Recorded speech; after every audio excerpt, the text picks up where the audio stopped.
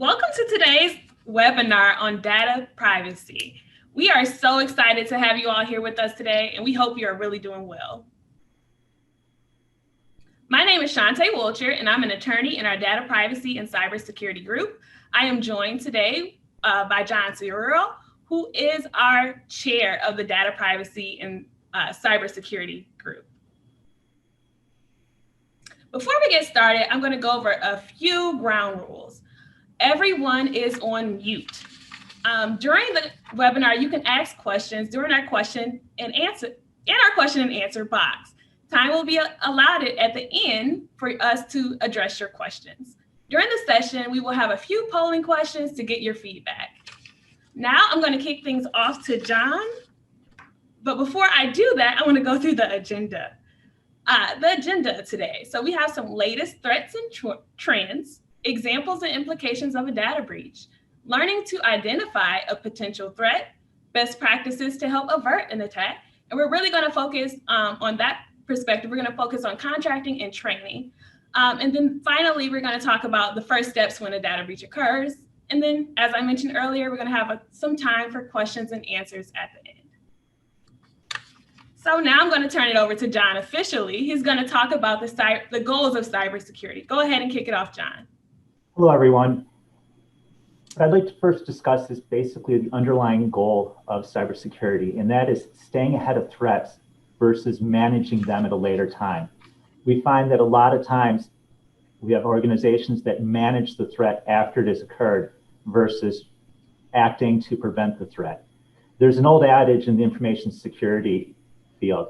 Every company gets penetration tested, whether or not they pay someone for the pleasure.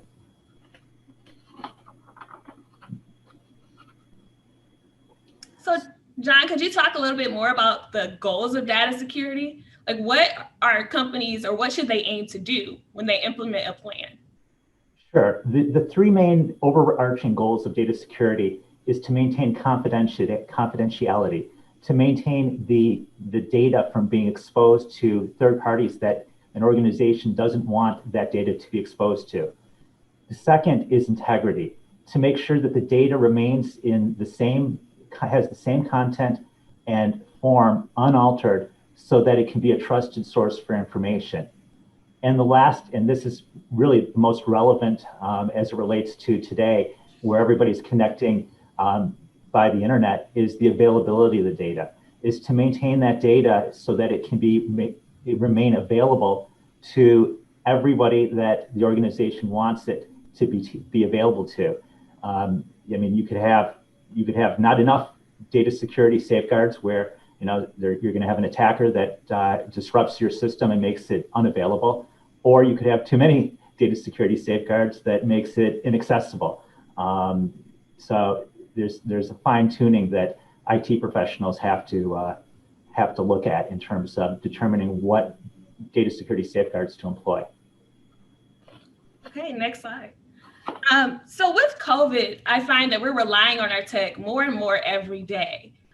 So what are some latest threats and trends that you've noticed, especially in the day of COVID? Sure. I think most of the trends can be classified into three categories.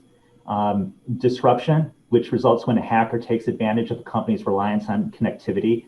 These can be planned outages by the attacker, ransomware attacks that encrypt the data on a system and prevent the organization from accessing that data, or it could be coercion of insiders within the organization to obtain key information about the company or just general access information, the keys to the kingdom. And that falls in line with our availability principle that we discussed in the prior slide. The next is distortion. This occurs when the integrity of the data is lost due to misinformation being circulated or data change. This has to do with the integrity principle. What we're seeing sometimes is attackers access the information infrastructure, and they have bots that change information, or it can be manually changed to disrupt the organization. There could also be falsified information that is deposited in the system, and the company may rely upon that information to its detriment. The third principle is deterioration, and this has to do with the confidentiality principle. And this basically happens when controls are eroded through regulations or technology. An example of this would be privacy laws that prevent organizations from monitoring activity in their infrastructure, and thus preventing them or making it more difficult for them to root out those bad actors and take steps to prevent those bad actors from harming their system. It could also be related to surveillance laws when you're dealing with, let's say, a communications provider, where the company may want to have certain security mechanisms in place, but because of regulations, the communications provider is unable to implement them, thus creating exploitable situations for attackers, because they know that the data security, they know that the surveillance laws are going to prevent organizations from taking steps to shore up those gaps in security. Next slide, please. So what are some of the common attack vectors? We were kind of getting into this already, that people should really look out for, especially when they're trying to protect their data. Yeah, and some of the common attack vectors, especially related to the fact that a lot of people are working from home. A lot of them also occur within the office environment, but a lot of this is going to happen at home due to home use. But it's phishing, vishing, which is telephone call, social engineering attacks. We also have cloud service attacks because of the reliance on remote access to company infrastructure. We have ransomware attacks that we're seeing on the rise. We actually have seen reports of companies out there that hire out their services for purposes of conducting ransomware attacks to other bad actors. There's insider threats. There's actual threats from within the organization by bad employees.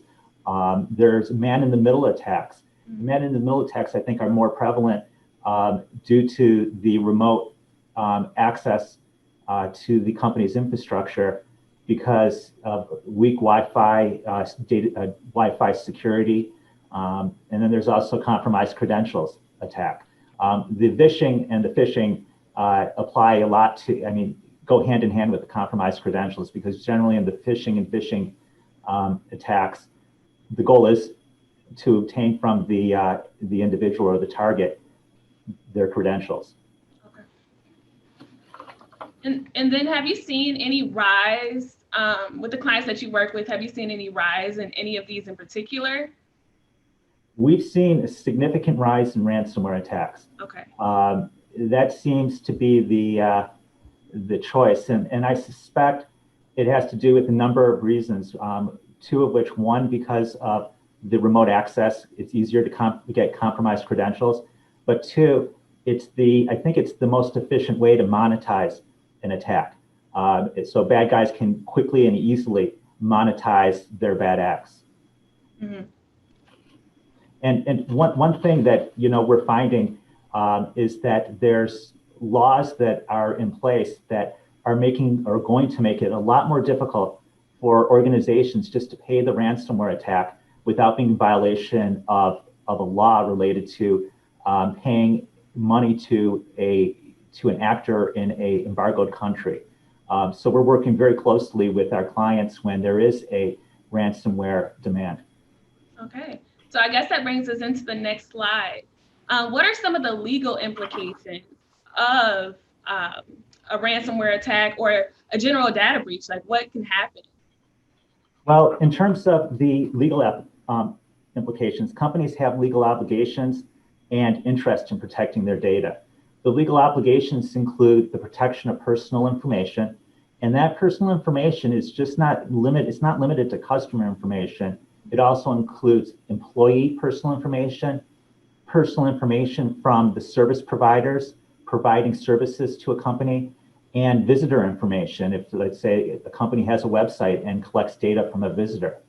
And all of this data, this personal information that's collected from these interactions, there's privacy laws in the different states, There's different federal privacy laws, whether it's an employee's health information under, or whether it's the employee's financial information. These have to be protected in a specific way. And if they're not protected, there's legal implications related to that. There's also the issue related to the disclosure of a company's proprietary information, which could impact its competitiveness. It could also impact its ability to obtain a patent, to copyright code. There's a lot of different legal implications that arise when proprietary information is compromised. And then there's the entrusted confidential information that a company obtains from a third party, where it's under contractual obligation to maintain the confidentiality of that information. So there's a lot of legal implications related to maintaining good data security. Okay, so if we're thinking about the legal implications of just maintaining it, could you go a little bit more into what happens if it's actually disclosed? Sure. So aside from the potential lawsuits that may arise from the wrongful disclosure of personally identifiable information, it's expensive. Companies going to have legal obligations to provide notification, to obtain credit monitoring services in many jurisdictions, depending on the nature and sensitivity of the data exposed, whether or not that data can be used for purposes of identity theft. They're going to have to set up, depending on the number of impacted individuals, call centers. They're going to have to hire legal counsel, or not have to, but it's wise to hire legal counsel to develop frequently asked question responses so that the company stays on track and doesn't make statements that could expose its liability. There's responses to the various attorney generals throughout the country that will need to be provided depending on the jurisdictions of that the individuals reside in. There's civil investigative demands by the FTC and other State Department agencies.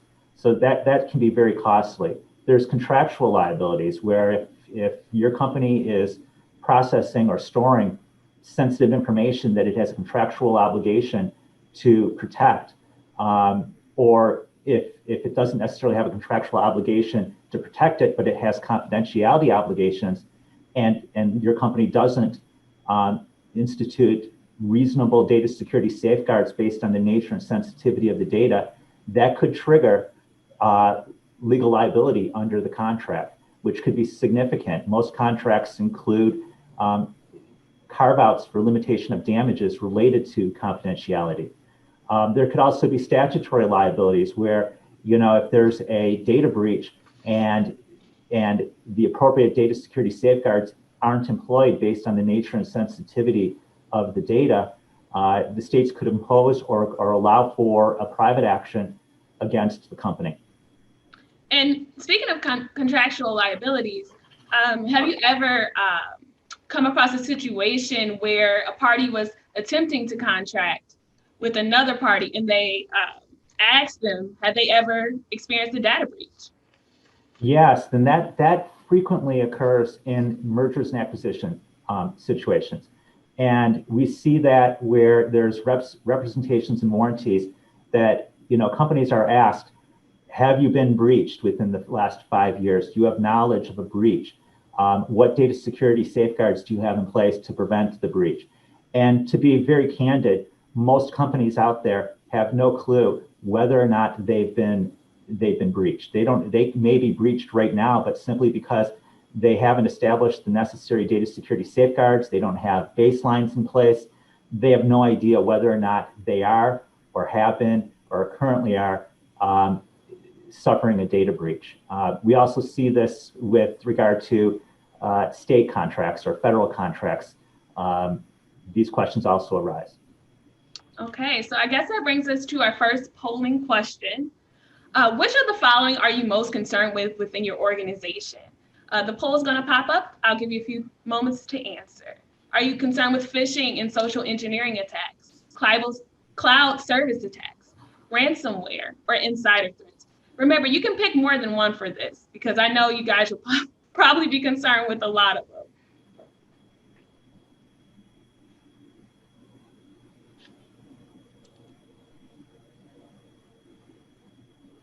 And I'll give it a few more moments.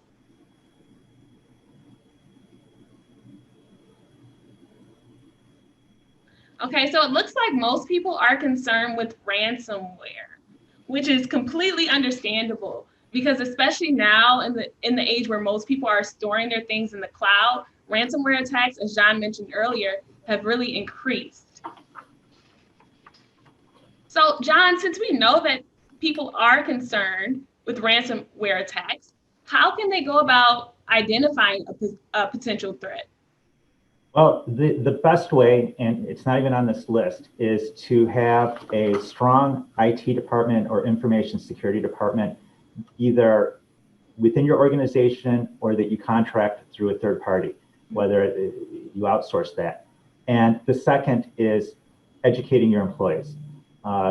There's certain things that employees can maybe recognize and notify the IT department or information security department about. And that includes a slow network, a ransomware message, fake warning messages and unwanted pop-ups, unwanted browser toolbars. It's very important that employees look at their browser toolbar to see if there's any additional programs that may have been unknowingly installed on their browser, and that those applications could be collecting sensitive data. There's internet searches may be redirected. Passwords may not be working. When the password's not working, it's sometimes indicative of the fact that somebody obtained that user's password and changed it. There could be a steady stream of error messages between network devices. Your webcam could flicker on briefly.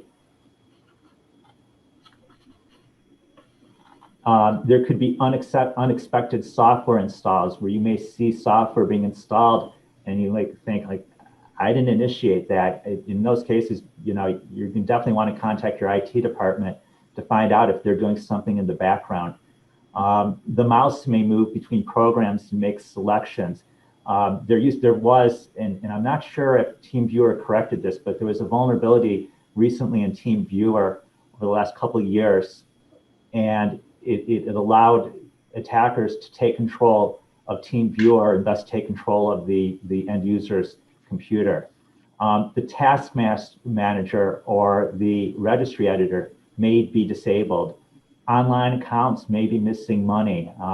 It's crucial that you check financial accounts to make sure that there is no that there's no transactions being conducted that are not supposed to be conducted. That generally means if you've logged on to an account through your computer, that there could be a key logging program that may have captured your login. There could be strange network traffic patterns. There could be email attachments from people claiming to be someone they are not. And I think that's something very common, and employees should be aware of that.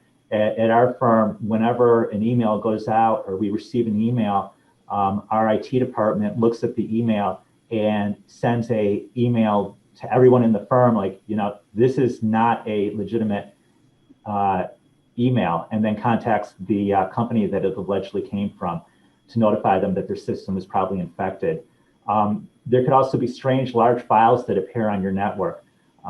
That's another indication of compromised network. And John, outside of having an IT department that's pretty sophisticated, which is a must, right? What else can companies do? Are there outside people they can hire to monitor their data? Do you recommend having extreme firewalls? What can companies do? Yeah, I mean, it's important to either have on site or contract with a company that will provide IT security, will provide data security safeguards for your business. Whether that's firewalls, whether that's a monitoring program to make sure that to provide notifications of strange activity on the system. Those are some of the best things you can do. But the IT security firm will be able to assess your environment, identify vulnerabilities in your environment, and also conduct penetration tests to see where that environment has weaknesses. So that's the first best step, and it's also a step that the statutes are beginning to require, the privacy and data security statutes are beginning to require some form of data security like that. Okay, so I guess the moral of that story is don't try to go at it alone, right? It's Absolutely. Yeah. Okay. So let's go ahead to our next polling question. I guess this one should be an easy one. Do you feel confident in being able to identify a potential or existing threat? And there's a little hint there. Yes, no, or unsure.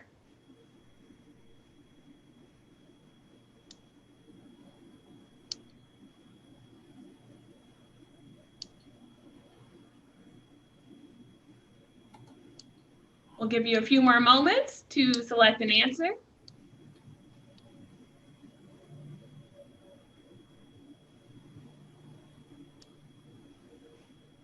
Okay, well, it looks like most people say no. They are not feeling confident to identify a threat. And I guess that makes sense, right? Because even the most sophisticated companies, like we've seen it, like with Citibank or other large companies like that, they are experiencing these data breaches and they have all the IT support in the world. So you want to make sure that you are protected as well, especially if you're a small business. We can go ahead to the next slide. And it's important to remain vigilant and to always keep on your mind data security, so that you can do your best in terms of identifying threats or putting your company in a position to be able to identify threats and prevent those threats. I guess, well, now, John, you kind of gave us a great segue. What are some best practices to help avert an attack? Sure. And the overarching way to view data security safeguards is to look at your physical safeguards, your administrative safeguards, and technical safeguards. By physical safeguards, I'm referring to safeguards, and this doesn't just apply to, and I'll discuss this in a moment, this applies to any organization that you're contracting with to handle your company's data. And by the physical safeguards, I mean, like, are your servers, is there confidential information in secure rooms? Is there a key access card that's necessary to enter certain areas of your company that stores sensitive data, whether it be digital or hard copies of that data? Is there administrative safeguards? These safeguards are important to manage the selection and the development and implementation of data security safeguards. Does your organization have these type of procedures in place to ensure data security is effectively being maintained? The administrative safeguards would also include access rights to information. There's information that not every person in your organization needs access to. And with proper administrative safeguards, it will limit who has access to particular data. The goal is to limit access to the extent necessary. The administrative safeguards will include training on data security.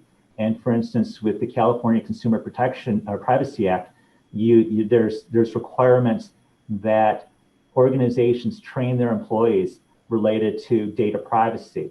And there's also requirements that it also train employees on data security. They go hand in hand. Administrative procedures also include security incident procedures for how to respond to a data security incident. Technical safeguards are also extremely important. They include how data is going to be processed in transit and at rest. Is it going to be encrypted? A lot of data privacy laws exempt from notification data that is compromised if it's encrypted. If it's encrypted when it's compromised, so long as the key for decryption isn't also compromised. And as a result, we recommend to the extent possible that all data, whether it's at rest or in transit, be encrypted to avoid having to provide any notifications. The technical safeguards also include authentication technology to ensure that the person that is logging in, for instance, is actually the person they claim to be. There'll be access controls that will require login or some type of additional authentication to access data on the in your information structure. Audit controls that will make an audit trail or create an audit trail across hardware and software, and let you know like who's accessing the data, how it's being accessed, what's happening with the data. Is the data being exfiltrated by a bad actor?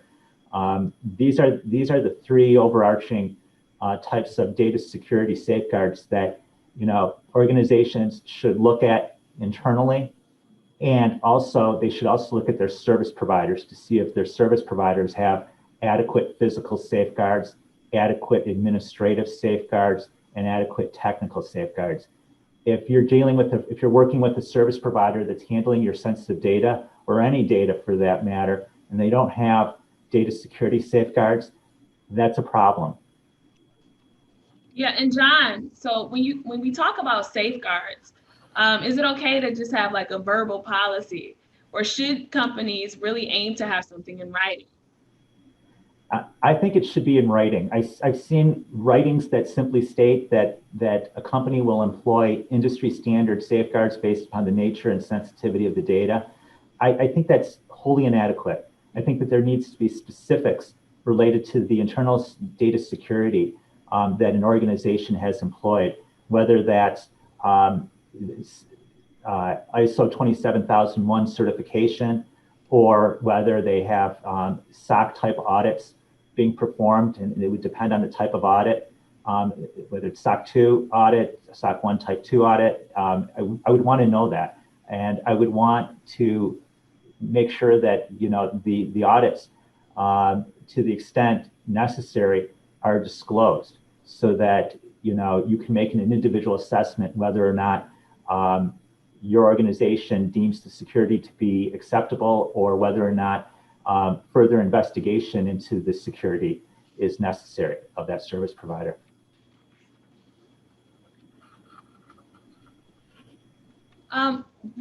Why do you talked about service providers, right? So why should a company care about what their service provider has in their data security program? Well, the reason is that your data security is only as strong as the data security of your weakest vendor processing your data. Your organization is responsible for your vendor's data security failures, just as if your organization committed the failure. It's not enough to say, well, we hired somebody to do the data, hired somebody to process this data, and they were breached, or the data was lost. Because what's going to happen is the party that's been harmed, your customer, is going to ask you, well, what did you do to ensure that the person that you entrusted our data, or the organization or company or vendor that you entrusted our data with, had adequate data security safeguards? And unless you have contractual requirements and protection for a breach in those obligations, your company is going to be at fault and have no means of recourse against the vendor. It's important that, to the extent that your company is accepting responsibility for data that's being processed by one of your service providers or vendors, that you have sufficient protection to cover your liability. And you also have sufficient assurances that they have adequate data security safeguards in place. And that's going to require not just a contract, it's going to require vigilance. It's going to require periodic review of their data security, whether that's a perimeter penetration test or something else. It's going to be important for that to occur in order for your company to ensure that your data is being, and your customers' data is being protected. When you're negotiating your vendor contract, are there any other things that you should include besides, I guess, like liability protection and a clause ensuring that they have like adequate security protections? What are other things should you include when you're negotiating? Sorry. Sure. The considerations of these terms change depending on whether you are the vendor or the vendee. I mean, we represent a lot of software as a service providers, but we also represent a lot of clients that are using the services of a SaaS provider, a software as a service provider. But one thing, you know, coming from the vendee point of view, we want to make sure that there's data breach notification and response language. So if there's a data breach, we want, and it involves our client's data, we want to make sure that we get fast notification, not notification a month later, not a notification a week later. Once the breach is confirmed, we want notification within 24 to 48 hours. We also want a coordinated response. We don't want the vendor to contact our customers, our clients. We want to be the one that controls the message. We want to be the one that makes sure that, you know, the disclosure of the breach frames the situation in the appropriate light so that our customers don't think, our clients are not viewed as the party as lapsing in data security. We also want to make sure that our client isn't responsible for the cost of the response when possible. We want that response to be an expense of the service provider. The service provider should incur that expense in most situations. There's situations, of course, where, you know, if our client's login information was compromised, it would be difficult to demand from the service provider that service provider pay the cost. We also want to make sure, especially when it relates to disruption issues, we want to make sure that the service provider has a good disaster recovery plan. We want to know whether or not the disaster how long it'll take for the systems to be back up and running, how long we'll be down. And the reason for that is our clients may have obligations that they need to satisfy, but because of, let's say, a mission critical service being provided is down, they may not be able to provide those services. And we need to know in those situations how long it's going to take to be back online and have the service accessible. As we discussed earlier, you know, it's crucial to have language regarding the vendor's data security program. I think this is becoming less of an issue, but it's still very important. I think most companies are starting to realize they need to have written data security programs, and it's important to link the contract to those data security programs to make them contractual obligations of the service provider, to make sure that, you know, if the service provider fails to abide by their own data security program and a breach occurs as a result, that's a breach of confidentiality. And I think that's a fair term in a contract. And, you know, obviously vendors are not going to guarantee 100% data security. Nobody can do that. I don't think any organization can guarantee that all data will be secure in all circumstances. But I do think it's fair that the vendor guarantee data security to the extent that there's a breach due to their lapse in following their own data security program. The next is vendors often rely upon third-party service providers. So it's important that, you know, the company using a vendor knows who the service providers are, knows where they're processing the data, and knows that the data security program by those third-party service providers is sufficient. Next is we like to include audits and third-party testing rights. We'd like to be able to, if necessary, go into an organization and conduct an audit of their data security to make sure that, you know, they're not just on paper setting forth a good data security program, but they're actually implementing that program and abiding by that program. These relate to technical security audit rights of the vendee. We also like to know that there's a limitation of liability provision that accepts confidentiality and data breaches related to failures to abide by a vendor's data security program. What we see a lot of times happen is contracts may have that language, but there's no exception to the typical language you see in a contract that disclaims all liability for indirect damages or incidental and consequential damages. Most of your company's damages, if there is a data breach due to a third-party service or due to a service provider, it's going to be all incidental and consequential damages, all indirect damages. So there needs to be the appropriate carve-out for that. There also needs to be limitations on the usage of data. And this is a big issue, especially with regard to what companies call aggregate data or statistical data. And a lot of service providers, especially SaaS service providers, they state, well, we own the statistical and aggregate data that's derived from your usage of our system or the processing of your data. We always, if we're representing the client, the vendee, we always push back on that. And the reason why we push back on that is any data derived from our client's data should remain our client's data. We have generally, I tell my clients, it's fine if it's truly aggregate data to give them a license to use that data, but there has to be limitations on that license. So as technology improves, the technology has enabled what was once considered aggregate anonymous data to be de-anonymized and to become identifiable data. So once that technology arises and makes aggregate data identifiable data, it should no longer be statistical data or aggregate data, and that license should be revoked. We also include language related to compliance with data security and privacy laws, and this is particularly important where, for instance, a lot of companies use Salesforce.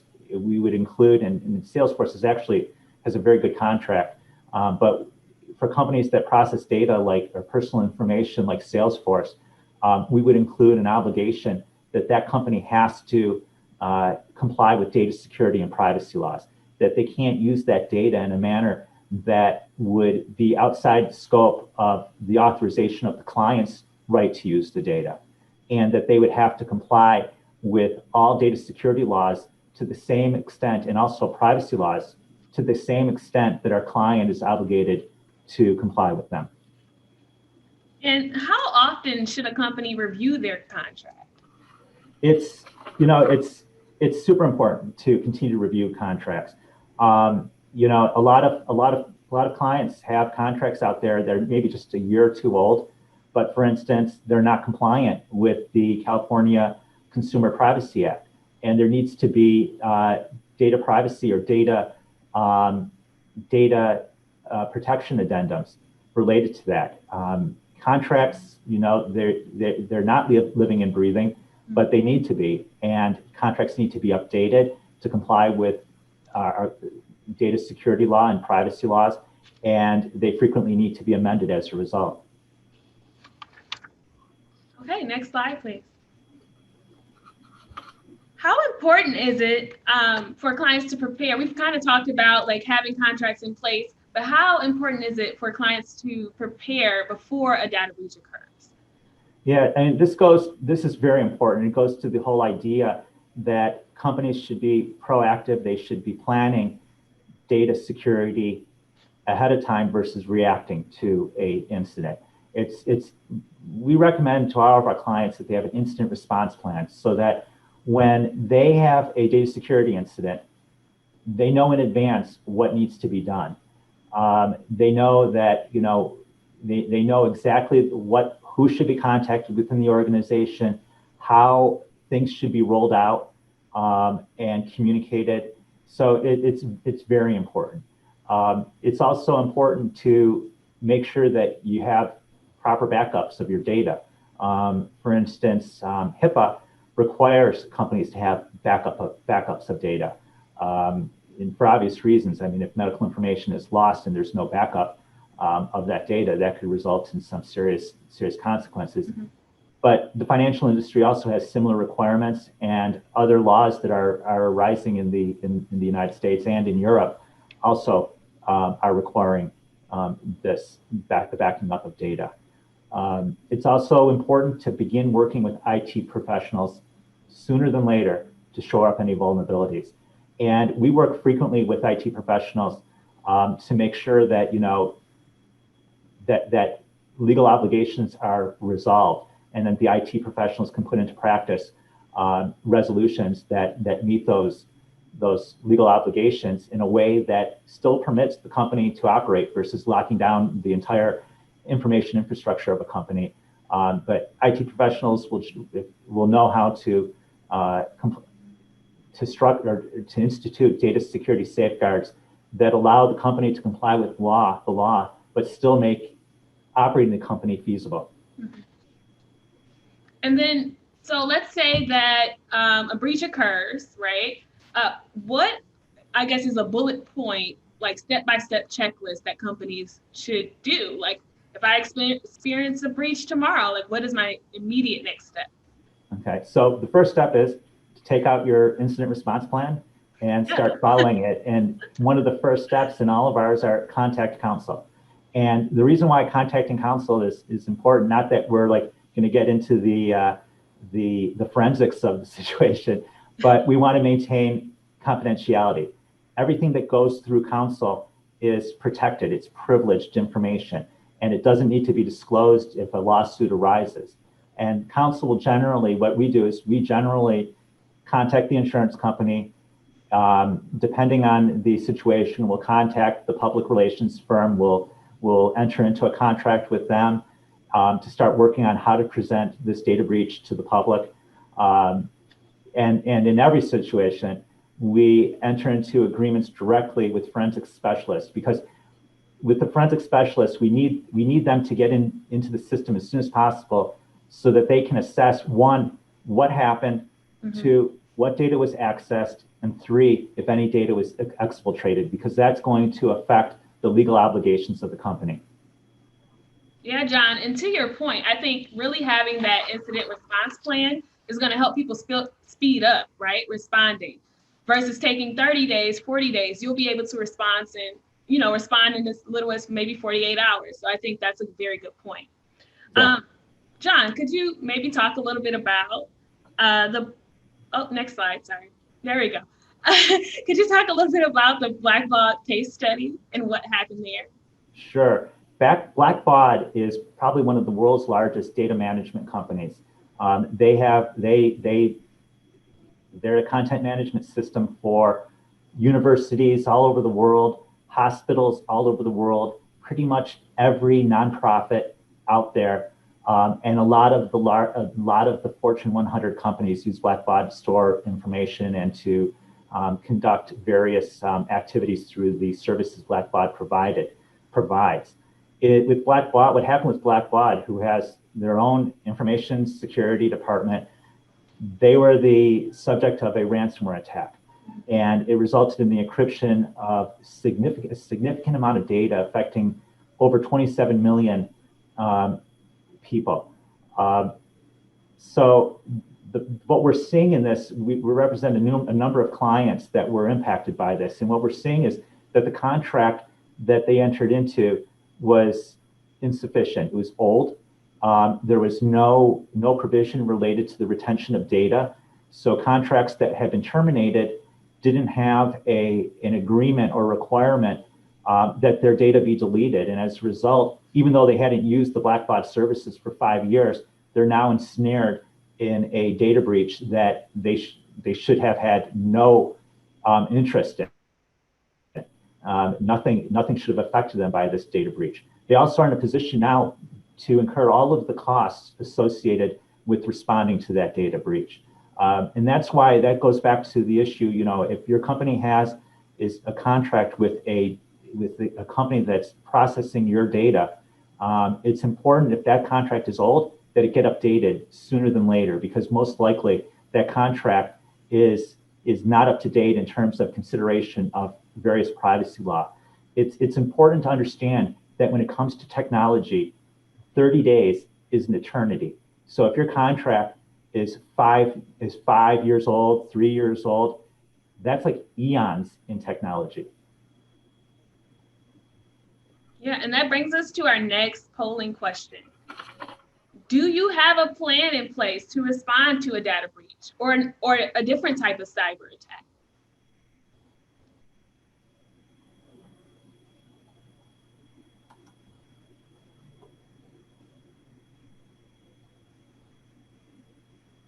Okay, so it looks like most people, oh, it may be a split. So we have some people that are saying yes, some people are saying no.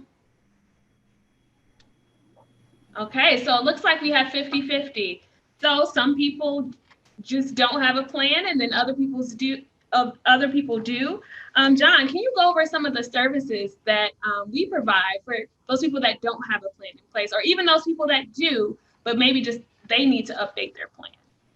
Sure. We draft incident response plans. We update incident response plans, and we make them usable. Some incident response plans are 60 to 70 pages long, without any math. I think it's important to have incident response plans that can be quickly and easily utilized and have detail to the extent necessary. We can also assist in working with your IT department or provider in developing disaster recovery plans, which that goes hand in hand in today's day and age of attacks. Okay, so that was our final polling question. We're going to go ahead to the Q&A. I'm going to open up the chat to see what good questions you guys came up with.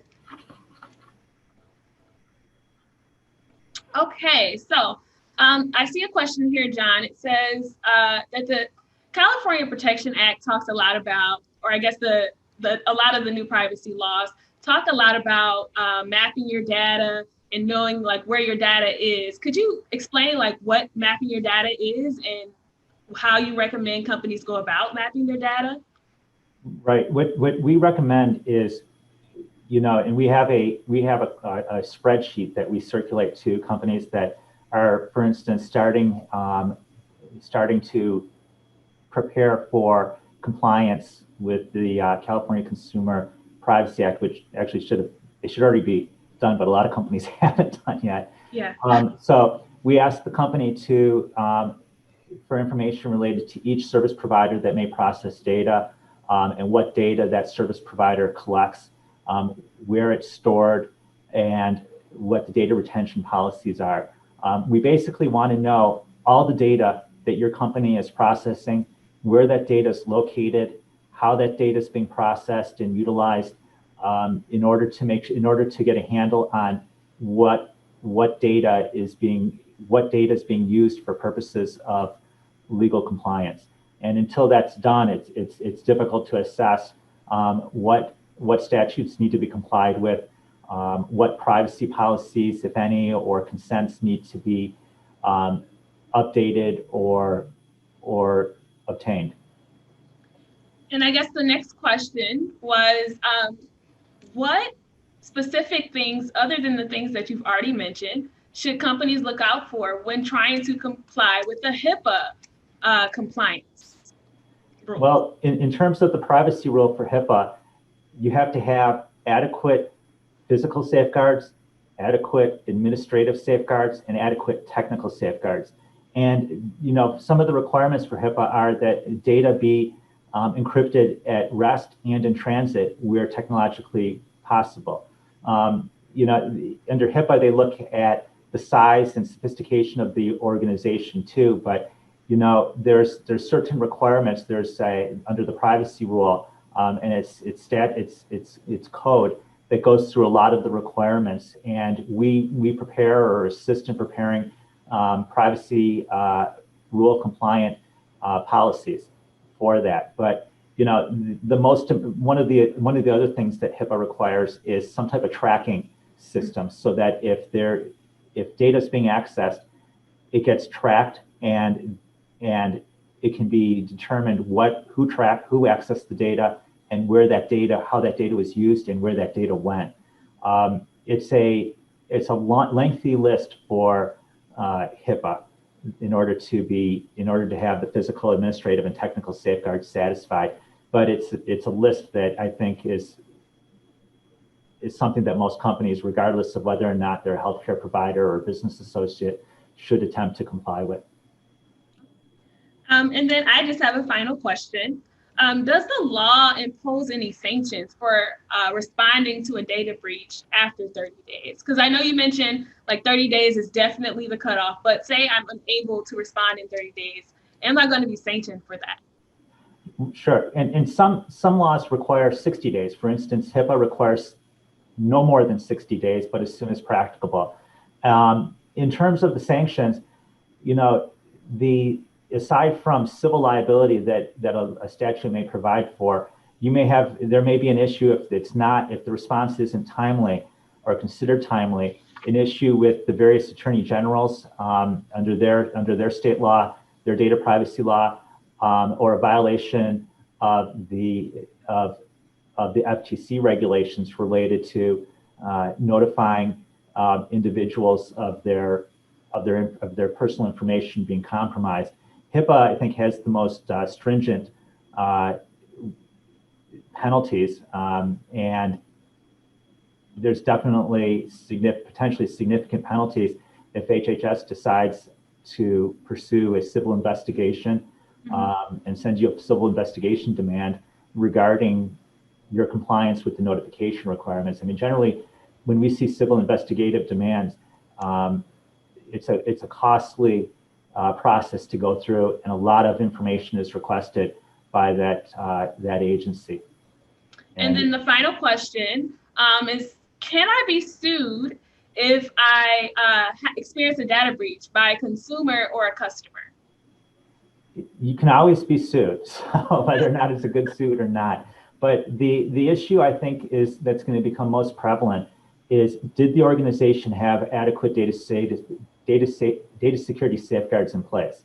If you just have a WordPress website up there and you're collecting data and it's not, and personal identifiable information is flowing, there's the potential for significant liability if that data isn't safeguarded, if it's not encrypted, if you're collecting whole social security numbers without masking over the internet, and that data is compromised.